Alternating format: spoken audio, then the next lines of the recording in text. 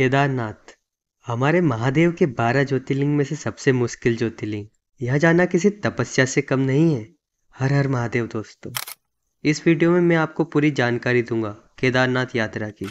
जैसे केदारनाथ धाम में कम से कम बजट में कैसे पहुँचे हैं, केदारनाथ में कहाँ रुक सकते हैं, कहाँ पे खाना खा सकते हैं, दर्शन कैसे करें और कब जाना सही होगा। मैंने अपनी केदारनाथ की यात्रा 5,000 रुपये में की थी, और अगर आप भी अपनी यात्रा सिर्फ 5,000 रुपये में करना चाहते हो तो ये वीडियो पूरी देखो। इंडिया में आप कहीं से भी हो, आपको केदारनाथ धाम जाने के लिए पहले आना होगा हरिद्वार या फिर ऋषिकेश।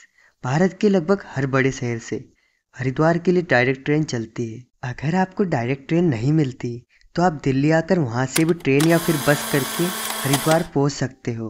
आप ट्रेन या बस किसी से भी आ रहे हो, बस इतना ध्यान रखिएगा कि आपकी बस या फिर ट्रेन आपको सुबह 4 से 5 बजे तक हरिद्वार पहुंचा दे। हरिद्वार से केदारनाथ धाम के लिए आपको कोई भी डायरेक्ट बस नहीं मिलेगी। आपको सबसे पहले आना होगा सोनप्रयाग।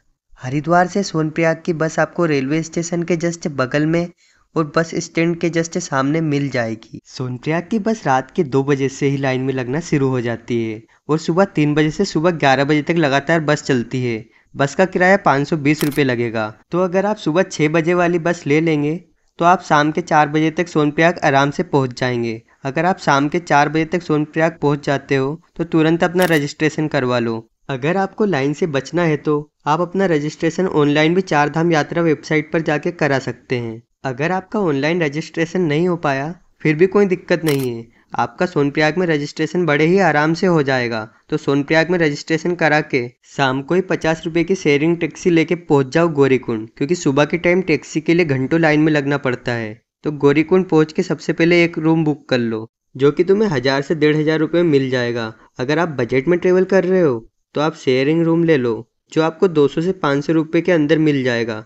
मैंने ये रूम लिया था 1000 रुपये में, जिसको मैंने 5 लोगों के साथ शेयर किया था, तो मुझे इसका 200 रुपये पड़ा था। खाने की बात करें तो आप गौरीकुंड में 50 रुपये थाली लेकर आराम से खा सकते हो।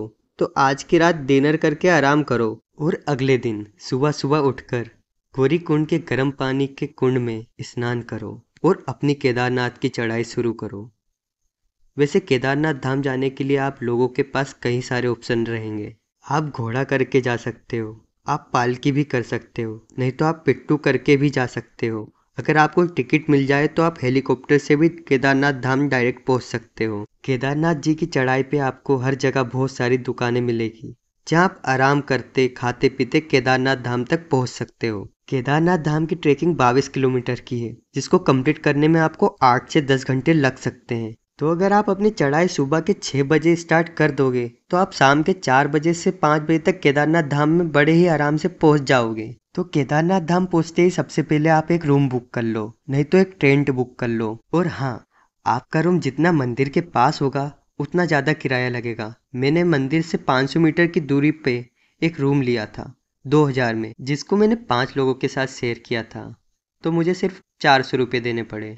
अगर आप बजट में ट्रेवल कर रहे हो तो आप टेंट ले लो, वो आपको 500 के अंदर आराम से मिल जाएगा सितंबर के मंथ में। तो केदारनाथ धाम पहुंच के अपना सामान रख के तुरंत आ जाओ बाबा केदारनाथ की शाम की आरती देखने, जो कि 6 से 7 बजे के बीच में स्टार्ट हो जाती है। तो शाम की आरती देखने के बाद 200 रुपये में डिनर कर लो और अपने रूम में आकर सो जाओ। अगले दिन सुबह जल्दी उठ के 5 से 6 बजे के बीच में लाइन में लग जाओ। 2 से 3 घंटों में आपके दर्शन बड़े ही आराम से हो जाएंगे। तो यहाँ दर्शन करके मंदिर के बगल में एक और मंदिर है, उसके दर्शन करो।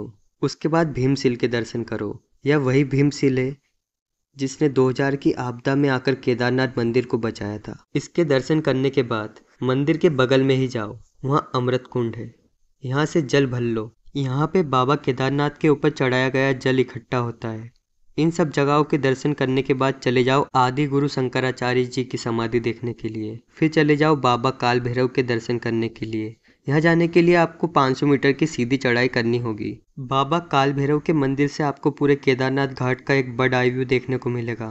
काल भैरव से नीचे आते टाइम आपको अलवर भंडारा मिलेगा, जहाँ आप खाना खा सकते हो। खाना खाकर थोड़ी देर रूम में आराम करो, फिर दोपहर के 2 बजे तक ट्रेक डाउन करके नीचे आ जाओ। आपको नीचे आने में 4 से 5 घंटे लग जाएंगे और यहाँ आपकी यात्रा कंप्लीट हो जाएगी। हर हर महादेव।